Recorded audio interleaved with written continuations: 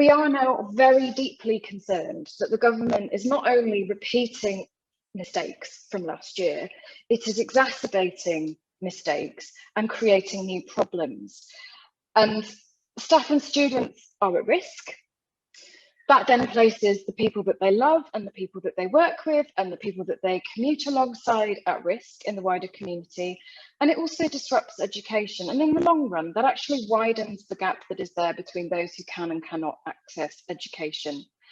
So calling for caution at this point really doesn't cut it. And as others have said, it doesn't really wash to place the responsibility on individuals or even onto individual employers and organisations. It's absolutely imperative that we lower the rates of transmission. We have huge pressure on the NHS. It really upsets me to think about the wave of death, quite literally, that is coming, that was avoidable, on top of wave upon wave of death that we have already had.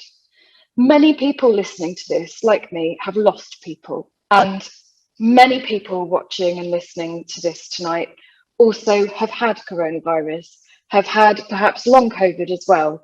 And there are so many more people about to become unwell and about to be suffering from long COVID. We know that long COVID is about 10 to 20% of people who contract COVID. It doesn't necessarily bear any relation to how severely you had the virus in the first place, and the impact that that places on the workforce and within education is something that we really cannot avoid, but which employers seem to be trying to kind of wriggle out of. And I'm getting increasing numbers of queries from our members asking us, how can we support members who are being forced into situations, for example, with occupational health or on capability, where they're not actually able to work at full capacity because they are still months and months later dealing with the impact of long COVID through absolutely no fault of their own.